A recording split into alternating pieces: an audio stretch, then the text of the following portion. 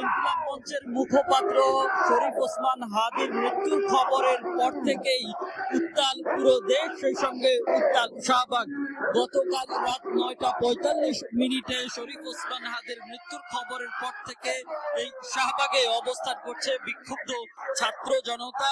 এখন পর্যন্ত তারা অবস্থান করছেন। আমরা আসলে যেটি দেখতে পেয়েছি, গত রাত থেকেই এই বিক্ষুব্ধ ছাত্র জনতা অবস্থান করছে এবং তারা এখনো অবস্থান করে আছে। অবস্থান করে তারা তাদের যে দাবি, তারা বলছেন যে ওসমান হাদির মৃত্যুতে যেই ক্ষতি হয়েছে সেই ক্ষতিপূরণ এবং ওসমান হাদির মৃত্যুর যে বিচার, সেই হত্যার যে বিচার, সেই বিচার নিশ্চিত করে তারা এই রাজধানী অর্থাৎ শাহবাগ রাজপথ ছেড়ে যাবেন। আমরা সকাল থেকেই দেখেছি একে একে বিভিন্ন জায়গা থেকে ছোট ছোট মিছিল নিয়ে যোগ দেন সাধারণ ছাত্র জনতা।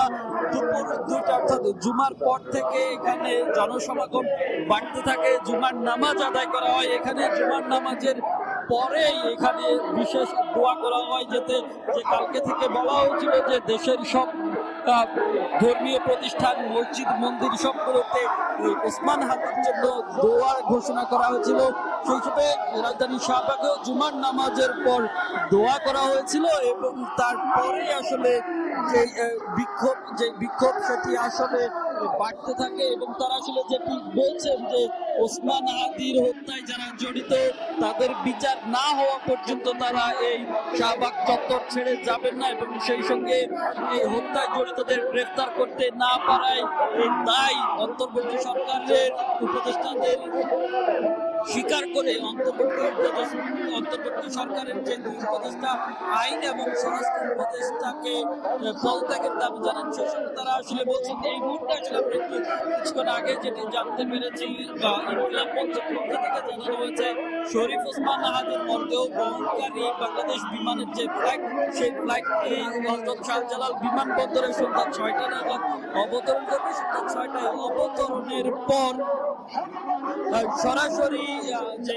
মরদেহ বহনকারী যে গাড়ি, সেই গাড়িটি ঢাকা বিশ্ববিদ্যালয়ের কেন্দ্রীয় মসজিদ প্রাঙ্গণে নিয়ে আসা হবে এবং সেখানে সর্বস্তরের যে শ্রদ্ধা এবং সর্বস্তরের মানুষের দেখার জন্য রাখা হবে। এবং সেই সঙ্গে আরো যেটি বলা হয়েছে যে ইনকিলাব মঞ্চ থেকে অনুরোধ করা হয়েছে যে হাদির মরদেহ ও আনার সময় যাতে কোনো বিশৃঙ্খলা না হয়, সেক্ষেত্রে সব ছাত্র জনতা আপামর মানুষকে রাস্তার দুই পাশে অবস্থান করে তার প্রতি যে শ্রদ্ধা সেটি জানাতে অনুরোধ করা হয়েছে ইনকিলাব মঞ্চের পক্ষ থেকে।